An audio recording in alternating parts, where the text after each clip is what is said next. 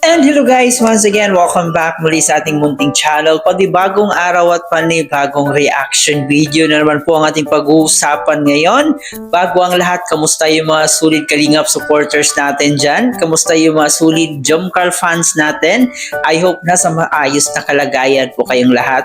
And I hope masaya po kayo ngayon. So ito na nga po guys, meron na naman po tayong topic ngayon, no? Kakalungkot lang kasi hindi natuloy si Kalingap Jomar sa Hong Kong kasi dito guys sa ating reaction video dito natin malalaman kung bakit. At dito rin po guys ay may binulong rin po siya na may namimiss siya umano doon sa Hong Kong. So, sino kaya ito at ano naman kaya ito? So, mamaya ng konti atin pong panoorin yung video clip na yan na nakuha po natin sa live ni Kalingap Jomar. At dito rin po guys ay atin rin pong masaksihan yung Valentine's Date ng ating mag-agum. Dito guys, napatanong si Carla kung meron pa kayang Jomcar sa susunod na taon. So mamaya ay atin pong balikan yung pinaka best eksena doon sa part 104, no? Ang daming nalungkot sa tanong ni Carla at pati si Jomar, no, napatanong din kung meron pa kayang Jomcar sa susunod na taon. So atin pong balikan yung eksena na yan. Samahan niyo po ako. Pero bago tayo magpatuloy doon, please don't forget to subscribe sa ating channel. Paki-like and share na rin ang ating video para mas i-recommend pa tayo ni YouTube. At paki-turn on notification bell para laging updated every time na mag-a-upload po tayo. At ating inuulit-ulit to guys, palagi nating suportahan ang ating ama ng Kalingap na si Kuya Bal Santos Matubang at Ed no Vlog in Kalingap Rab. Suportahan din po natin ang mga keyboys, Kalingap partners, mga charity vloggers sa Pilipinas na tumutulong sa ating mga kababayang mahihirap. Huwag nating kalimutan. At nandyan din po ang ating mga kasamang Kalingap reactors. Suportahan din po natin sila. So ngayon guys ay atin na munang panoorin ang pahayag ni Kalingap Jomar kung bakit nga ba hindi siya natuloy sa Hong Kong. Ito guys, panoorin na natin to. So, support niyo or ano po sila, welcome niyo po sila. Tulad po nung pag-welcome niyo rin sa akin po before sa Hong Kong. Sobrang ano po talaga guys ng pag-Hong Kong po guys, solid talaga. Kaya nami-miss ko ang Hong Kong. Gusto ko sanang sumama pero alam ko ibabash na naman ako ng iba. Oo, di ba?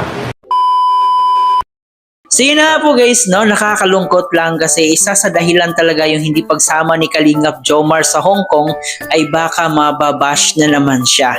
Ang dami kasing mga taong sobrang napaka-perfecto, no? Yung tipong binabantayan nila palagi yung galaw ni Kalingap Jomar.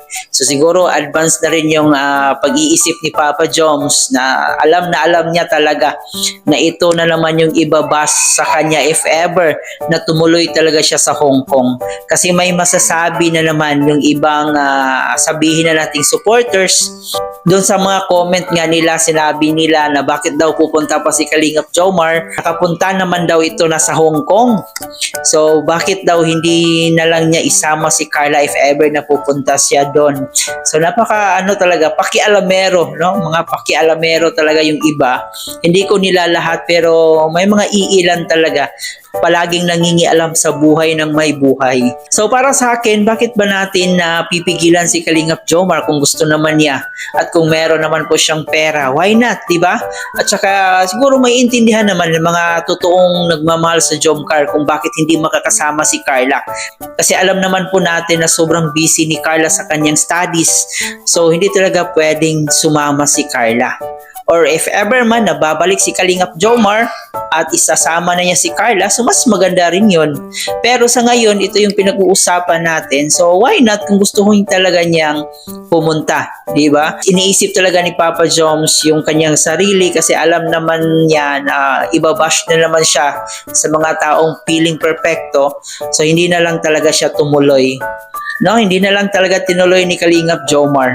Sobrang saya sana ni Kalingap Jomar kung sumama siya kasi nandyan din po yung mga kaibigan niya, mga trusted friends. Kaya lang mas iniisip niya yung yung sarili niya na hindi na mabash. Baka kung ano na naman yung sasabihin nila, madadamay na naman yung iba, madadamay na naman si Carla. So yun, iniisip palagi talaga ni Kalingap Jomar yung kapakanan ng Jomcar. Baka kasi masali na naman sa pag-bash si Carla. So yun din po yung pinoprotektahan ni Kalingap Jomar na hindi talaga mabash si Carla. Baka kung saan na naman kasi nila ikukunik yung kanilang mga maling haka-haka. At syempre guys, dito ay mapanoorin po natin ang part 104 kung saan sobrang sweet po ng ating mag-agum, no? Sobrang sweet po sa kanilang Valentine's date. So dito guys, may mga iilang eksena na sobrang nakakalungkot kasi parang dumating sa isip nila, no? Na meron pa bang Jomcar sa susunod, kung nandyan pa ba sila pa ba. At dito rin po guys, isa sa maganda talaga na tanong ni Kalingap Jomar is yung tinanong niya si Carla kung mahal pa ba siya nito. At dito natin napagtanto na talagang totoo yung pagmamahal talaga ni Carla sa kanyang agom. Ito guys, panoorin muna natin to. Yun naman yan. Let's go. Isipin mo lang, di man tayo niya nakikita. Tsaka tinan mo, yung lights, naman sa atin. Di naman natin sila nakikita, di ba? Hayaan mo na yan sila. Let's go. Let's go. Okay na. Buka naman na kasi. Sa ibang lugar. Okay lang yan. Ayan mo lang sila, nakatingin sila. Gusto magkaway kayo tayo? Magkaway kayo tayo. Tsaka, proud akong ikaw ang girlfriend ko. Ayun ba no? Lugar na lang tayo. Ayos lang yan. Enjoy mo lang itong moment. Oh, may music, may band. Tara, sa ibang place na lang tayo siguro. Let's go. Wag na, dito ka na lang. Tara. Ito. Tingnan mo ako. Guys, girlfriend ko! Girlfriend ko, guys! Carla! Bakit? Okay lang yan. Maya. Gusto mo mag-propose mo ako sa'yo dito? Gusto mo? Let's go. Let's go. Let's go na. Let's go. Let's go.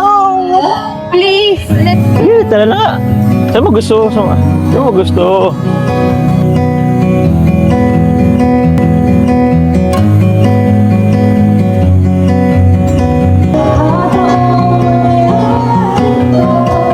I look into your eyes, I see we right.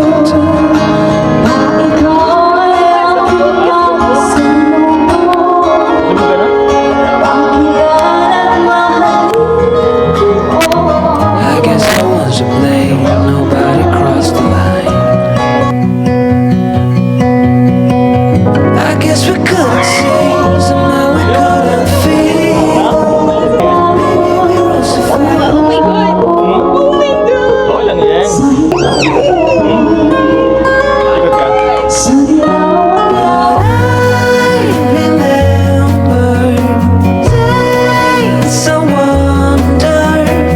Pang-tatlong ka na ba natin dito?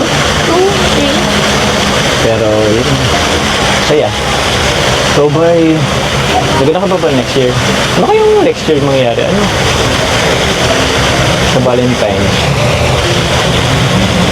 Kasi ano ba kaya tayo din? Alam mo, next year, parang na-excited ako. Ano kaya mangyayari next year? Ano?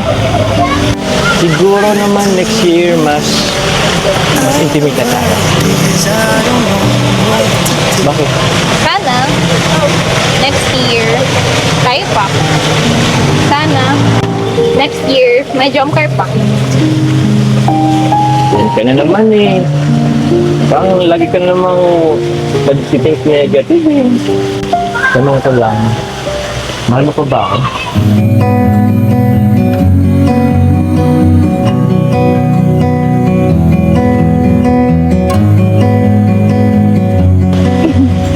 Siyempre. Parang lagi kang nag-doubt sa relasyon natin eh. Alam mo, para maging positive ang think mo, yakapin na lang kita. To remember tears and the laughter. So yun guys, sobrang sweet po ng dalawa and nakakakilig. Mas nag-mature na yung date nila, mas matured na yung mga pinag-uusapan nila. So nakakalungkot lang kasi hindi natin talaga hawak yung panahon. Doon sa tanong ni Carla kung meron pa kayang job car by next year, so yan ay hindi talaga natin alam. No? Yung Diyos lang po yung nakakaalam. But ang importante is sa ngayon. So ang importante, nag-i-enjoy tayo ngayon, kinikilig tayo ngayon, nandyan pa yung job car. So hindi naman natin hawak yung panahon, kaya hindi natin malalaman kung meron pa bang job car by next year.